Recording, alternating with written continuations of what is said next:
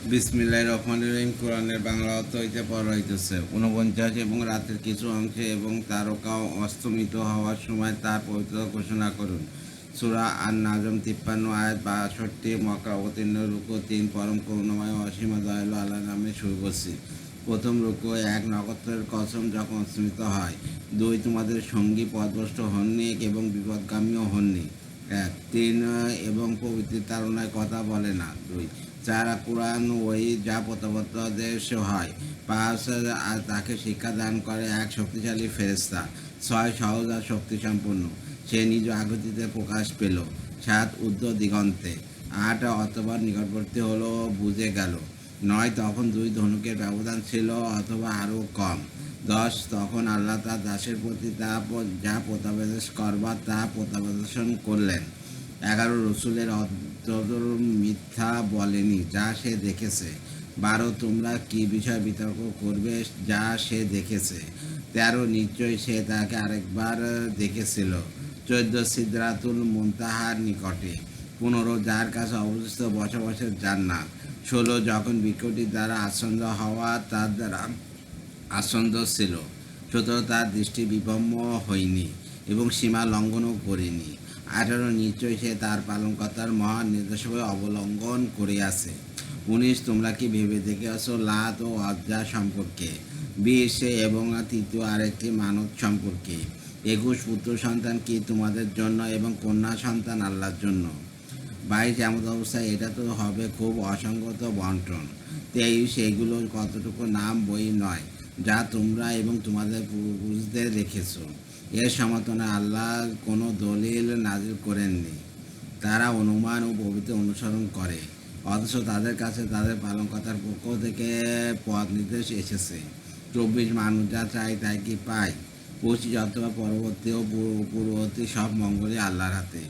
১ টিকা আয়াতে তোমাদের সঙ্গী বলতে হুজুর সাল্লাল্লাহু আলাইহি ওয়াসাল্লামকে বোঝানো হইয়াছে, কারণ তিনি তাদের পরিবারে জন্মছেন, তাদের পরিবেশে বড় হইয়াছেন, তাদের সমাজে বসবাস করিয়াছেন, তাদের সঙ্গে সকলের সুখ দুঃখে কারবারে অংশ নিয়েছেন।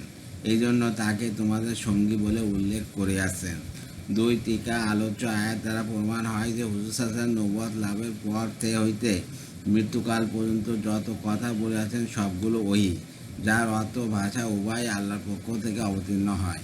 দ্বিতীয় রুকু ২৬। আকাশে অনেক ফেরেশতা রহিয়াছে, তাদের কোনো সুপারিশ ফলপ্রসূ হয় না যতক্ষণ আল্লাহ যার জন্য ইচ্ছা ও যাকে ইচ্ছা পছন্দ করেন অনুমতি না দেন। ২৭। যারা পরকালে বিশ্বাস করে না তারাই ফেরেশতাদের নারীবাচক নাম দিয়া থাকে। ২৮। অথচ এই বিষয়ে তাদের কোনো জ্ঞান নেই, তারা কেবল অনুমানের ওপর চলে, অথচ সত্যের ব্যাপারে অনুমান মোটেই ফলপ্রসূ নয়। ২৯। অতএব যে আমার স্মরণে বিমুখ এবং কেবল পার্থিব জীবনই কামনা করে তার তরফ থেকে হতে আপনি মুখ ফিরিয়ে নিন। ৩০। তাদের জ্ঞানের পরিধিতে এই পর্যন্তই। নিশ্চয়ই আপনার পালনকর্তারা ভালো জানেন কে তার পথ থেকে বিচ্যুত হইয়াছে এবং তিনি ভালো জানেন কে সুপথ প্রাপ্ত হইয়াছে। ৩১। নবমণ্ডল ও ভূমণ্ডলে যা কিছু আছে সবই আল্লাহর, যাতে তিনি মন্দকর্মীদের তাদের কর্মের প্রতিফল দেন এবং সৎকর্মীদের দেন ভালো ফল। ১। ৩২। যারা বড় বড় গুনাহ ও অশ্লীল কার্য থেকে বেঁচে থাকে, ছোটোখাটো অপরাধ করলেও নিশ্চয়ই আপনার পালনকর্তার ক্ষমা সুদূর বিস্তৃত।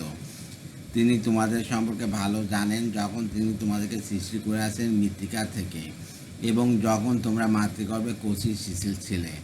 অতএব তোমরা আত্মবিশ্বাস করো না, তিনি ভালো জানেন কে সংযমী। দ্বিতীয় রুকু ৩৩। আপনি কি তাকে দেখে আছেন যে মুখ ফিরিয়ে নেয়। ২। ৩৪। এবং দেয় সামান্যই ও পাষাণ হইয়া যায়।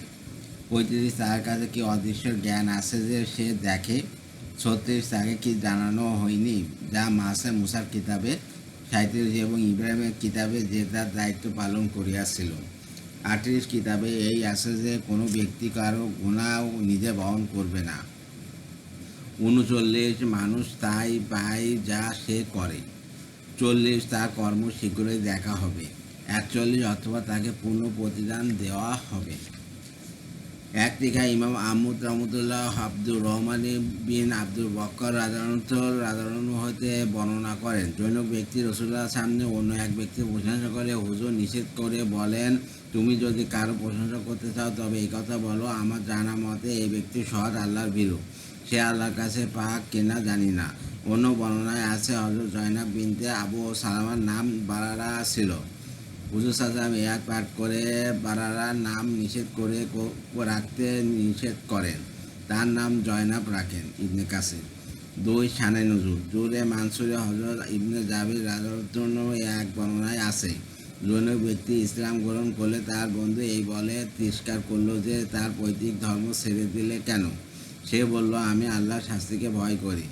বন্ধু বলল, তোমার যত পাপ হয় আমি গ্রহণ করলাম, আমাকে কিছু অর্থ দিয়া দাও, ফলে তুমি বেঁচে যাবে। এই প্রেক্ষিতে আয়াতটি অবতীর্ণ হয়। আল্লাহ হাফেজ।